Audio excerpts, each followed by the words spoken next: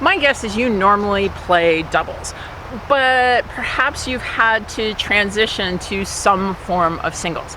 Now, if you do, chances are there are 3 mistakes that you're making that's costing you points while playing singles.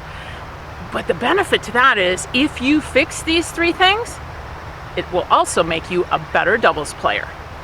Curious? Stay tuned.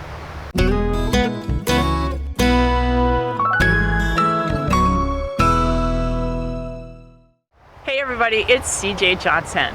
If you're new here, welcome. Better Pickleball is dedicated to helping players over 50 live their best lives on and off the courts. Hit the subscribe button so you never miss a new video. I've been hearing from a lot of you that the only way you can return to playing pickleball is by playing singles, and that's a challenge for someone who normally plays double. Now, a few weeks ago, I posted a video to help you to learn the basics of playing skinny singles. And I'm gonna put a link to that at the end of this video. So stay tuned for that. Today, we're gonna talk a little bit more about the strategy behind singles play and ultimately how it can help you to become a better doubles player. Just like doubles, the person who's at the net controls the point. You're in a position to take reaction time away from the other person. Unlike doubles, you don't have a partner who can help you or who can poach.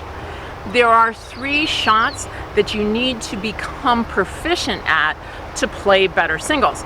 Coincidentally, those 3 shots are going to help you to become a better doubles player. Let's get to work. Today, my friend Monty is going to help me to demonstrate the serve, the return, and the passing shot. We're going to start with the serve. If your only thought is to get the serve in, the serve usually lands somewhere in the middle of the box.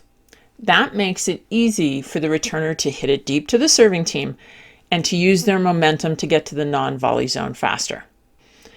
In addition to getting the serve in, we want a serve that creates a weak return. That gives our serving team an easier third shot and may keep the returner from getting all the way to the non-volley zone. Remember, the point of taking a riskier serve is to elicit a shorter return. So the first one, I'm going to have Monty hit this serve hard, and let's see what happens to the depth of my return. So Monty had hit it hard. You'll notice that shot, my return, landed much shorter in the court, allowing him to come in, and I was actually stopped short of the non-volley zone. Okay, let's try another one. We know what the hard serve can do. Monty, let's hit a shot that's maybe a serve that's a little less hard, but has a little bit more spin on it. Let's see if that causes trouble. You'll notice, same thing. You'll notice my return landed short.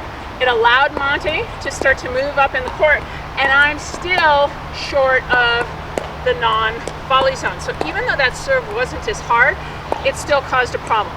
Now the third way that you can cause trouble for the returner would be to simply make them move.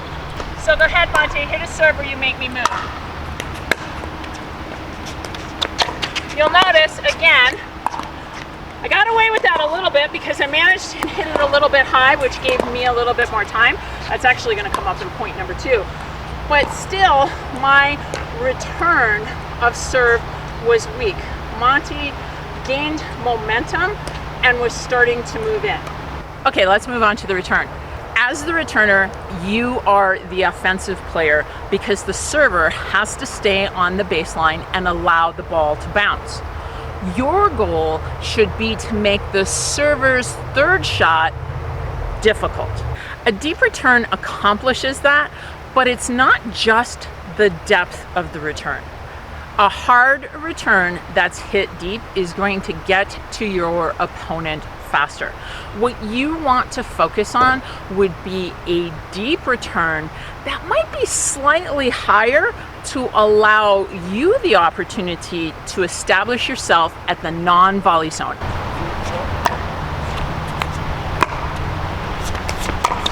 You'll notice I'm established at the net where Monty was still pinned behind the baseline.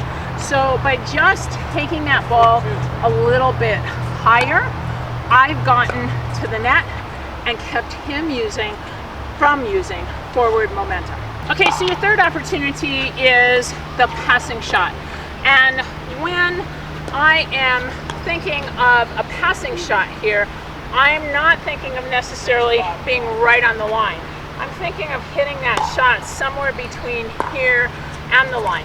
That can be an extremely useful shot for you when you've got somebody who's big and tall playing doubles and they're trying to choke the middle. This kind of keeps them honest. It keeps them on their side of the court.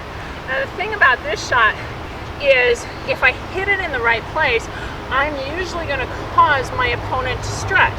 As they stretch, the paddle face may open, and that sets me up for the next shot. So, okay, so we're here, and Monty, you're going to feed this ball to me.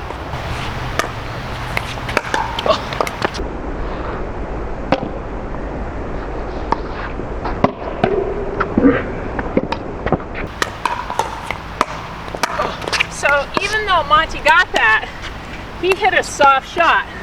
And because I knew that that was a good passing shot and that I was going to get a weak return, I could start to come into the net. So work on your passing shots, and that will help you in your doubles game. Singles is your opportunity to take some risk on your serve, develop a more effective return, and learn to hit effective passing shots. Here's that link I promised you to the Skinny Singles video. If you got value, make sure that you give it a thumbs up and share this with your pickleball playing friends, because together we can train smart, live bold, and age well.